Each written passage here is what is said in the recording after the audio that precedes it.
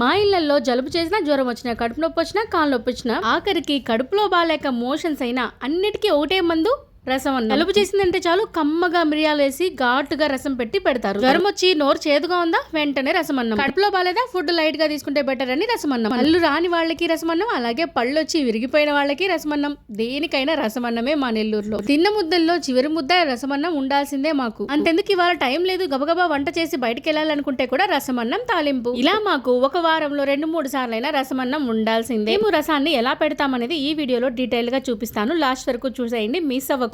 అయితే ఈ రసం మాకు సైడ్ డిష్ అన్నమాట, మెయిన్ డిష్ మాత్రం కాదు. ఒక ముద్దలోకి రసం ఉండాలి అంతే. అయితే ఇవాళ మా ఇంట్లో నూనె వంకాయ చేశాను, దాంట్లోకి రసం అన్నమాట. రసం అన్నంలోకి నూనె వంకాయని అలా నంచుకొని తింటే ఉంటుంది కదా టేస్ట్. తిన్న వాళ్ళు ఎవరైనా సరే అద్భుత అనాల్సిందే. మీరు కూడా ట్రై చేసేయండి. నచ్చితే నెల్లూరు అమ్మాయిని లైక్ చేసి ఫాలో అవడం మాత్రం మర్చిపోవద్దు. ఒక మాట చెప్పుకోవాలి, మా నెల్లూరులో కూడా ఒక్కో ఇంటికి ఒక్కోలా చేస్తారు ఈ రసం.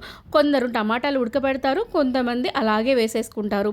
మేమైతే టమాటాలను ఉడకబెట్టము, ఇలాగే డైరెక్ట్గా టమాటాలని కట్ చేసేసుకొని చింతపండుని నానబెట్టుకొని దాని గుజ్జు తీసి ఈ టమాటాల్లో వేసుకుంటాము. నాకెందుకో రసం ఇలా పెట్టుకుంటేనే ఇష్టము, చాలా టేస్ట్గా ఉంటుంది. నాకు ఎప్పుడైనా సరే నోరు బాగలేదు, ఫీవర్గా ఉంది, లేకపోతే కాస్త జలుబు చేసింది, లేకపోతే కడుపులో బాగాలేదు, పీరియడ్స్ టైంలో లైట్ ఫుడ్ తీసుకుంటే బెటర్ అనిపించినప్పుడు నేను ఈ రసం అన్నమే ప్రిఫర్ చేస్తాను.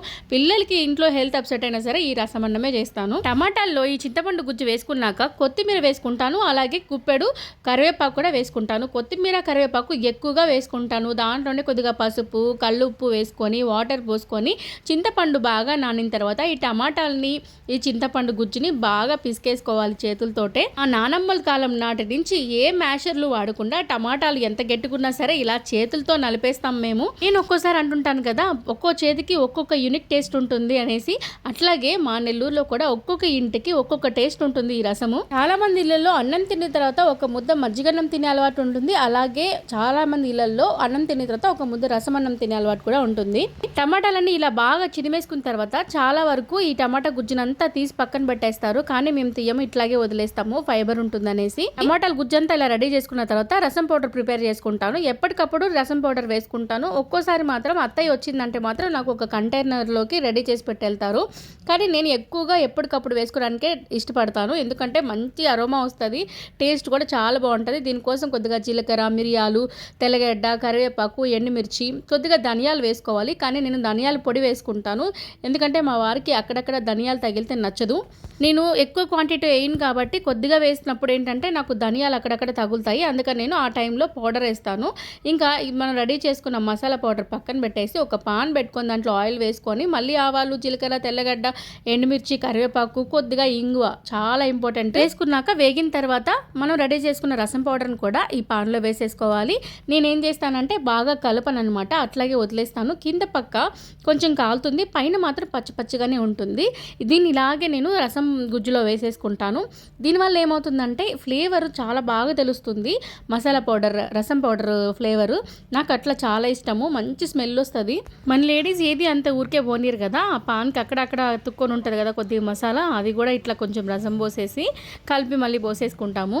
ఇప్పుడు ఈ మసాలా వేసుకున్న తర్వాత చేయి పెట్టి మళ్ళీ ఎండుమిర్చిని నలుపుతూ ఇంకొకసారి కలుపుకుంటాము. దీనివల్ల ఏంటంటే పోపు ఫ్లేవర్స్ అంతా ఈ రసంలోకి బాగా దిగుతాయి. ఆ తర్వాత మనకు కావాల్సిన వాటర్ పోసుకొని ఇంకా స్టవ్ మీద పెట్టేసుకోవడమే. తీసుకున్న టమాటాలను బట్టి వాటర్ పోసుకుంటూ వెళ్తాము. రసం అంటే రసం చాలా పల్చగా నీళ్ళగా ఉంటుంది, అందుకని వాటర్ ఎక్కువగానే పోసుకుంటారు రసంలో.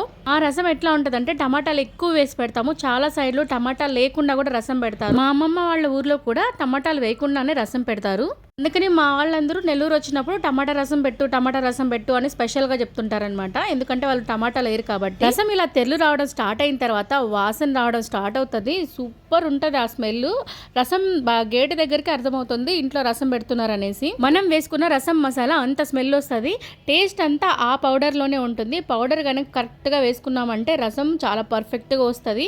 ఇదండి ఫైనల్గా నెల్లూరోళ్ళ రసం ఇలా తయారు చేస్తారు. మీ ఊర్లో మీరు ఎలా తయారు చేస్తారు అనేది ఖచ్చితంగా కామెంట్ చేయండి. నచ్చితే మీతో నెల్లూరు అమ్మాయిని లైక్ చేసి సబ్స్క్రైబ్ చేయడం మాత్రం మర్చిపోవద్దు.